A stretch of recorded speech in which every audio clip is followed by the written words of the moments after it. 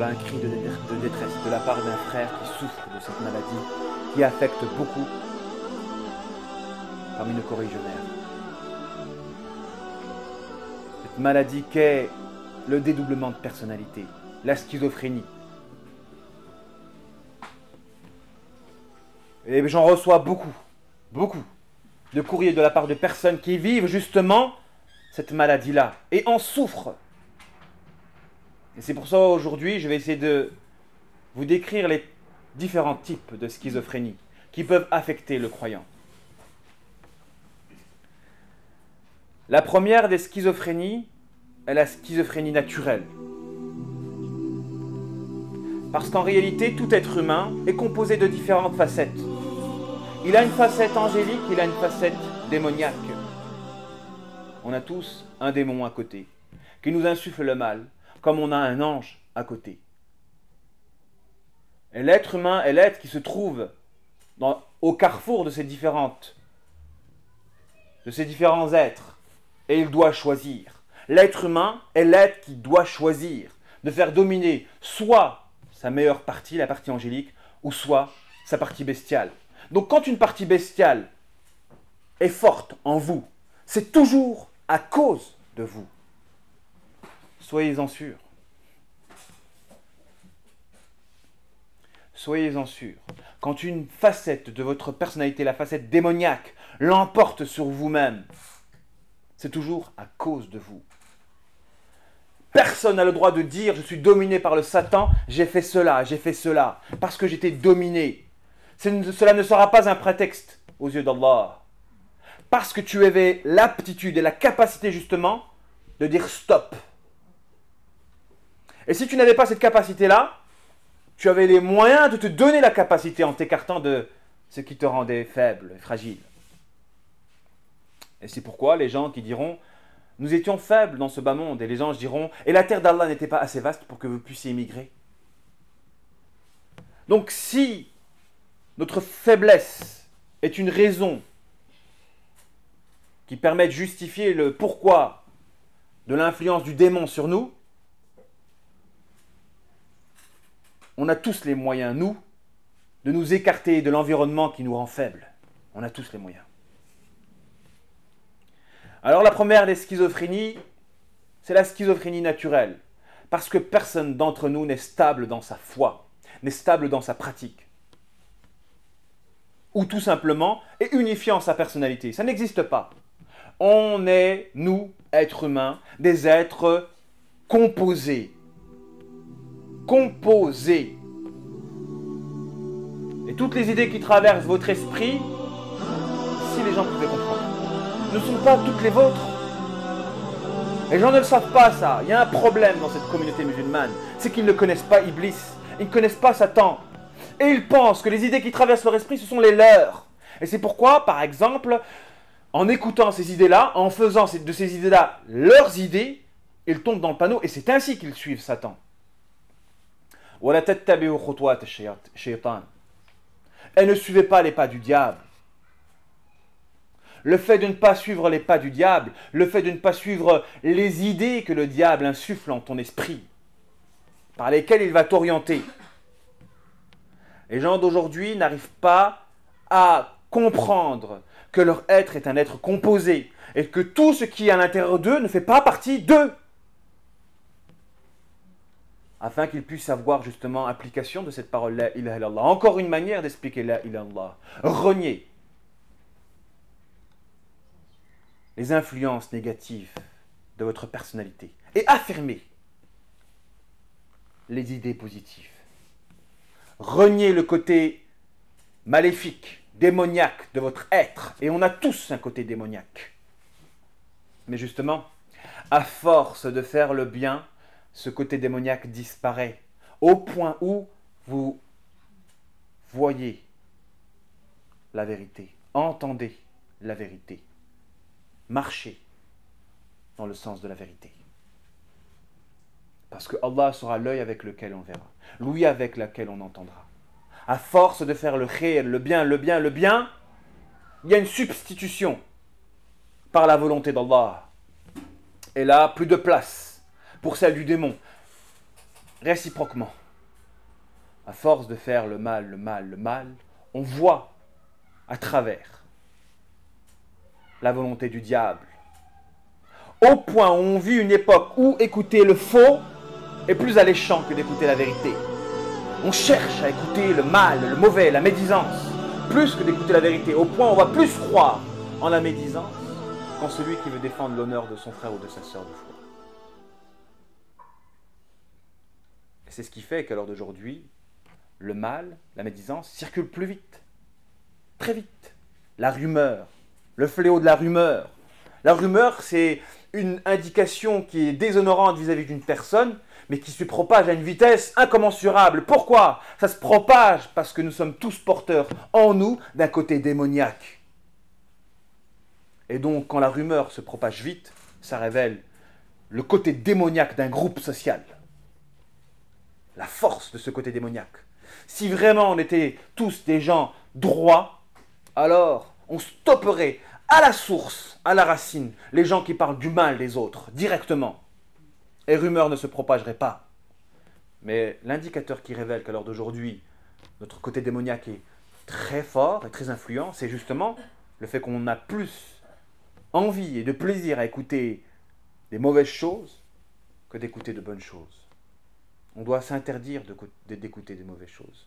La médisance n'est pas interdite uniquement dans le fait de la prononcer, mais elle est interdite aussi dans le fait de l'écouter. Alors la première des schizophrénies, c'est la schizophrénie naturelle, celle qui affecte tout le monde. On a tous deux facettes. Et l'on doit appliquer le tawhid, justement, puisque cette parole-là comprend une affirmation et une négation. Une négation et une affirmation. Je renie le côté mauvais de moi-même et j'affirme le côté bon. Parce qu'il y a un combat. Avant de combattre à l'extérieur, il faut combattre à l'intérieur et gagner. Il y a un combat. C'est dur. Ah ben, il faut mettre de côté cette lourdeur-là, qui n'est pas la nôtre. C'est la lourdeur du démon qui ne veut pas qu'on fasse le bien. Comme ceux qui, lorsqu'on les invite à venir à la mosquée, ressentent une lourdeur. Non, je n'ai pas la force, je n'ai pas envie, je reçois un poids, j'ai pas l'heure, j'ai pas le temps. Cette lourdeur qui est à l'intérieur de eux, c'est la lourdeur du démon qui ne veut pas aller dans un endroit de lumière. Et a perdu celui qui a écouté son démon en ayant refusé de faire l'effort qui aurait permis justement son affaiblissement et sa mort. La majorité des jeunes qui refusent d'écouter le côté positif de leur personnalité ou d'écouter les gens qui à l'extérieur les orientent vers la vérité et le bien sont des gens qui sont dominés et vaincus par le démon qui est en eux.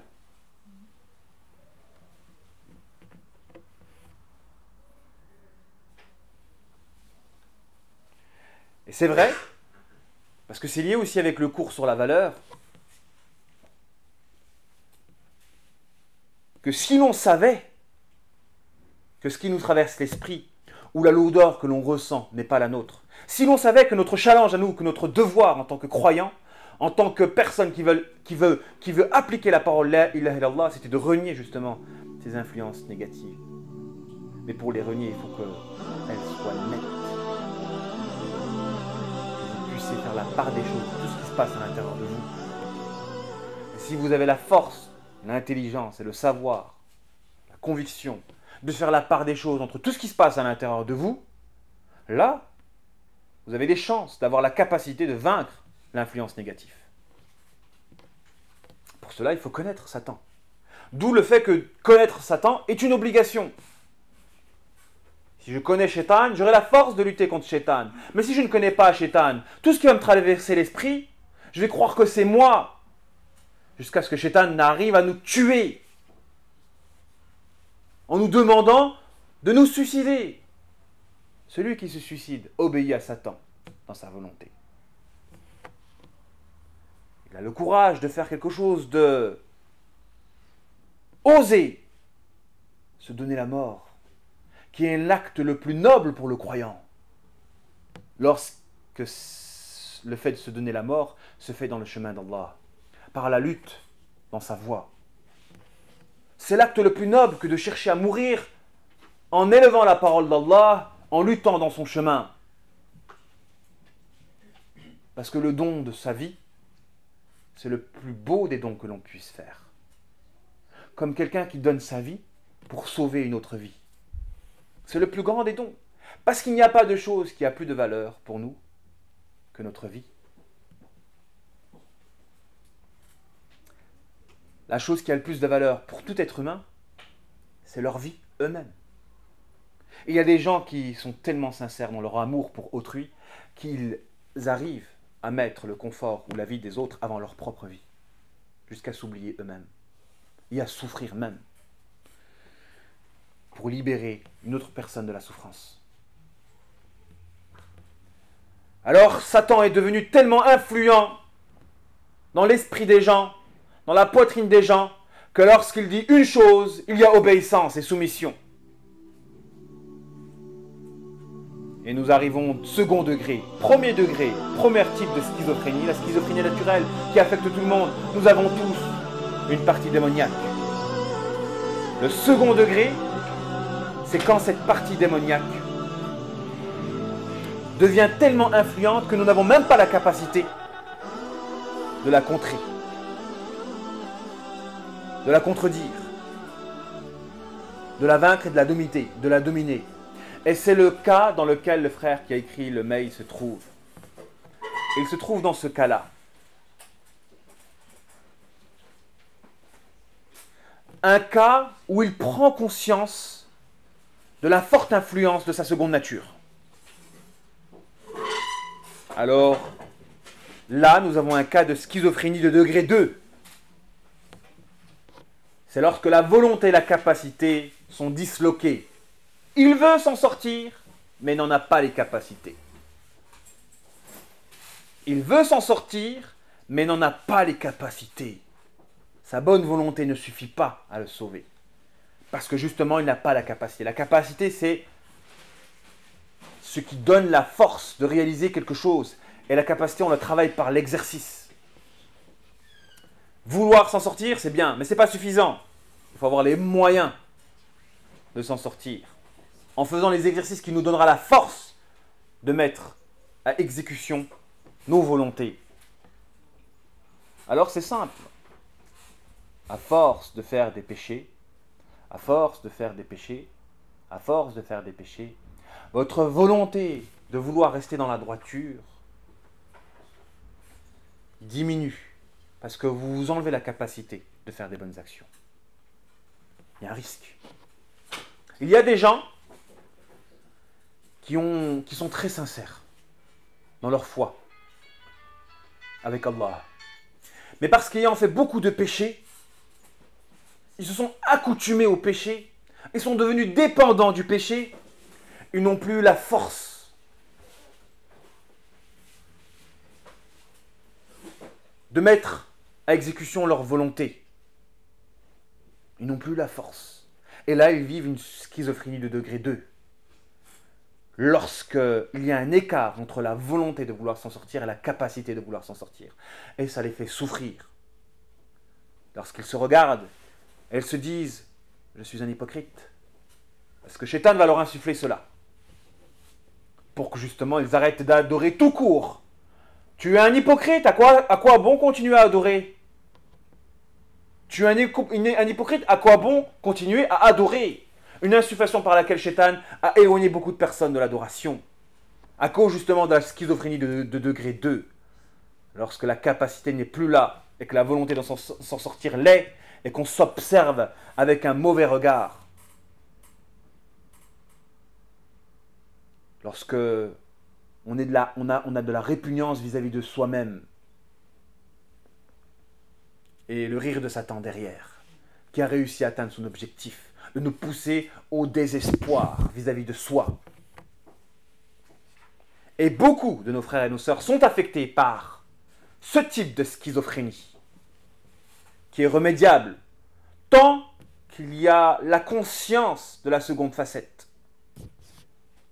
Parce qu'à force de faire des péchés, à force de suivre Satan, lorsque la capacité n'est plus là, la volonté disparaît, puisqu'il y a un rapport entre la volonté et la capacité. Il y a un rapport entre la volonté et la capacité. vouloir appliquer la ilaha illallah s'entretient par les bonnes actions. Il faut tout le temps faire des bonnes actions dans le sens, des sacrifices dans le sens de la ilaha illallah pour que la volonté de mettre la ilaha illallah en pratique dure et se perfectionne. Mais à force de ne pas mettre la ilaha illallah en pratique et même de faire le contraire, ben cette volonté va disparaître. Et quand elle disparaît, il y a identification avec le démon. C'est à cela que Shaitan appelle lorsqu'il veut que des croyants, il veut briser des croyants au niveau des capacités, en les accoutumant, les rendant dépendants par rapport à des péchés, jusqu'à ce qu'ils doutent de eux-mêmes et une répugnance vis-à-vis de leur propre personne, et se considèrent comme des hypocrites, jusqu'à ce qu'ils arrêtent la pratique. Et là, ils vont s'identifier avec le démon. Je préfère arrêter que d'être contradictoire ou de me sentir hypocrite. Belle parole, par laquelle Shaitan a bluffé énormément. Je ne commence pas la prière parce que je fais des bêtises et des conneries. Une insufflation internationale qui a affecté tout le monde. Je ne commence pas à faire la prière parce que je fais des bêtises et des conneries. Comme si ce sont les bêtises et les conneries qui sont plus importants et qui vont effacer ta prière. Alors que normalement, continue à faire la prière. Parce que c'est en continuant à faire la prière que tes bêtises et tes conneries vont disparaître. Pourquoi tu ne fais pas dominer le bon côté de ta personnalité sur le mauvais côté? L'application de la ilaha illallah, c'était ça. Faire dominer le meilleur de nous-mêmes, le côté bon de nous-mêmes, et faire disparaître le côté mauvais. C'était ça que de pratiquer la ilaha illallah. Mais les gens sont tombés dans le piège de Shaitan à cause de cette insufflation. Justement, l'hypocrisie, c'est quelque chose de laid, de mauvais. Ne sois pas hypocrite, donc ne mélange pas, ne fais pas une bonne action avec à côté une mauvaise. Sois mauvais entier. Sois un mauvais entier. Et beaucoup de gens sont tombés dans le panneau. En ayant suivi Shaitan dans cette insufflation par laquelle il a égaré un grand nombre. Ne serait-ce qu'au niveau de la salat, de la prière. Non! Comprenez avant tout la ilaha illallah. Appliquer la ilaha illallah, c'est quoi? C'est décider de donner la victoire au meilleur, au bon côté de nous-mêmes. Ça ne veut pas dire que durant une période, il n'y aura pas les deux en même temps. C'est pas grave, il y aura les deux en même temps. On ne change pas radicalement du jour au lendemain. Allah subhanahu wa ta'ala, pour interdire l'alcool, a mis 9 ans en l'espace de 3 versets. Progressivement, mais donne la victoire. C'est un combat, tous les jours. Progressivement, tu dois te donner les moyens d'éradiquer la mauvaise facette de ta personnalité. Et ne pas succomber directement à une insufflation satanique qui va chasser le beau côté de ta personnalité afin que tu t'identifies au mal.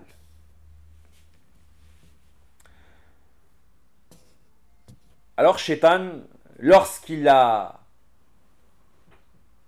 réussi à vous faire arrêter la pratique, parce que vous avez succombé à son insufflation, donc il y a eu l'identification par lui. Par la crainte de l'hypocrisie, une crainte qui est légitime.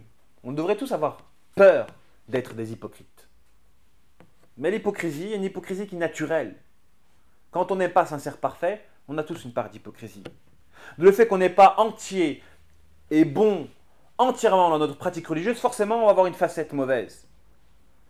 Et le croyant justement demande pardon pour cette facette mauvaise. Elle sera effacée. Hein?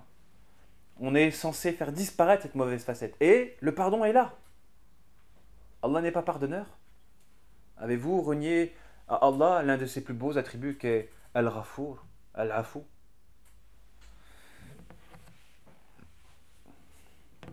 Donc, c'est un combat que de lutter contre la mauvaise facette de notre personne. Et Shaitan a réussi. Quand il a réussi à faire en sorte qu'une personne arrête de pratiquer à cause de cette insufflation-là, la peur de l'hypocrisie, il va tenter dans un 3e degré. L'hypocrisie de degré 3, la schizophrénie de degré 3.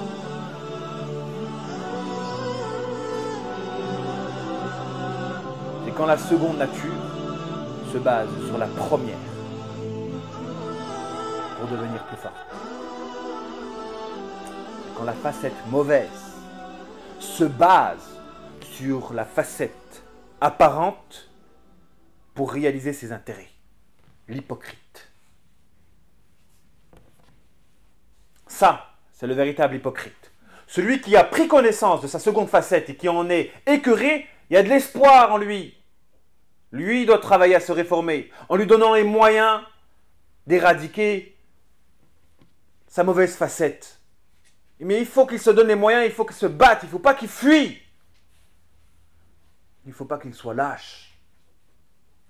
Il ne faut pas qu'il soit lâche. Il faut qu'il éradique cette lourdeur à l'intérieur de lui, cette lourdeur consécutive du dégoût de Satan de faire une bonne action. Parce que celui qui ne fait pas une bonne action à cause de la lourdeur qui est en lui, écoute Satan. Alors que nous, croyants, nous devons écouter Allah contre Satan. C'est vrai. Il y a des gens qui ont, ayant fait beaucoup de péchés, ont gonflé énormément le démon qui est en eux, au point où lorsque leur démon leur dit de faire une chose, ils ne peuvent même plus résister. C'est vrai. C'est une maladie que l'on doit soigner. La schizophrénie de degré 2 qui affecte les croyants sincères, n'ayant pas la capacité de s'en sortir, c'est une schizophrénie de degré 2 que l'on doit soigner et qui affecte beaucoup. Donc il faut donner les moyens à une personne d'avoir la force de vaincre son démon. C'est un travail d'accompagnement. Mais il y a un travail possible. Par contre, le degré numéro 3, il n'y a pas de travail possible. Puisque la personne est consentante, elle accepte sa seconde nature. Une complicité, un pacte indirect avec son propre démon. Lorsque le démon utilise l'apparent pour réaliser sa mission, que de pervertir les gens, de disloquer les liens, de séparer les gens qui sont unis, de réaliser des intérêts. L'hypocrite authentique est une personne dont la seconde facette utilise la première pour faire triompher la volonté du diable. Ça, c'est l'hypocrite parfait.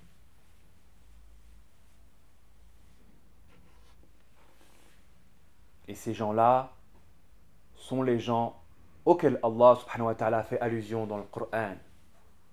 مثلهم كمثل الذي استوقد نارا فلما أضاءت ما حوله ذهب الله بنورهم وتركهم في ظلمات لا يبصرون. Le fléau de ce degré 3 est que ces gens-là arrivent à aspirer la lumière environnante et à se sentir bien quand ils sont entourés par des croyants. Au point où on n'arrive même pas à voir leur hypocrisie. Tellement ils vivent leur foi, et ça se sent qu'ils vivent leur foi, parce qu'ils aspirent à la lumière. Mais comme le dit cette parabole, Allah leur enlève la lumière d'un coup, et elles sont perdues. Elles retrouvent leur perdition dès qu'ils s'écartent d'un groupe de lumière. Ces gens-là, ce sont des gens qui, lorsqu'ils sont entourés dans un environnement de foi, ont la foi. Mais ils n'étaient pas sincères au niveau de l'intention quand ils étaient avec nous. Lorsqu'Allah subhanahu wa ta'ala te met face à ta seconde facette et qu'il t'enlève la capacité de la vaincre, là c'est un châtiment.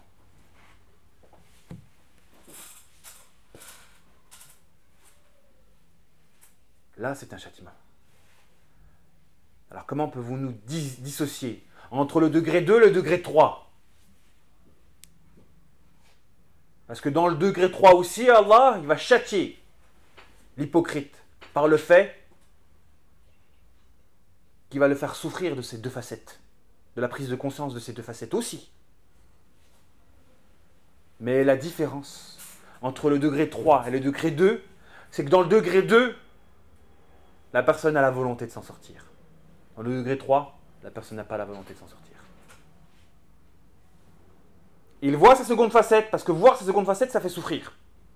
Dans le degré 3, la personne n'a pas la volonté de s'en sortir. Il est bien quand il est avec ses démons, et il est bien quand il est avec les croyants.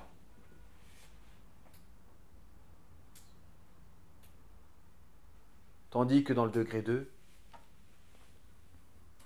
la personne ne doit se sentir pas bien d'être avec ses démons, d'être vaincu par ses démons. Peut-être sera-t-il aveugle lorsque le plaisir sera fort et qu'il l'aura rendu aveugle dans l'instantané, mais il y aura un regret immédiatement après l'acte, après le péché. Mais dans le degré 3, il n'y a pas le regret après l'acte. Et quand nous sommes confrontés à un degré 3, alors là, nous devons affaire à un cas d'hypocrisie le plus fort. Lorsque la seconde facette utilise la première pour réaliser. Et lorsque ça affecte des musulmans, qu'est-ce que Shaitan veut? Infiltrer les groupes de croyants par justement des gens aux deux facettes, afin que la facette islamique soit un moyen de détruire l'islam. Lorsque l'islam est utilisé comme un moyen de détruire l'islam, nous avons affaire à un cas d'hypocrisie majeure. C'est le degré le plus bas en enfer. Lorsque l'islam est utilisé comme un moyen pour détruire l'islam, en gros, que tu n'es musulman que pour faire mal à la religion musulmane. Ça, c'est encore un degré, j'ai envie de dire, numéro 4. Tu utilises l'islam pour faire mal à l'islam. Parce que la schizophrénie qui est juste avant, numéro 3, c'est lorsqu'il y a une complicité avec ton démon. Lorsque toi et ton démon ne font qu'un, et que ton démon s'appuie sur ton apparence pour être fort. En gros, qu'il n'y a pas de regret dans ton dédoublement de personnalité. Ça t'arrange d'être musulman avec des musulmans, et ça t'arrange d'être kafir avec des kafirs.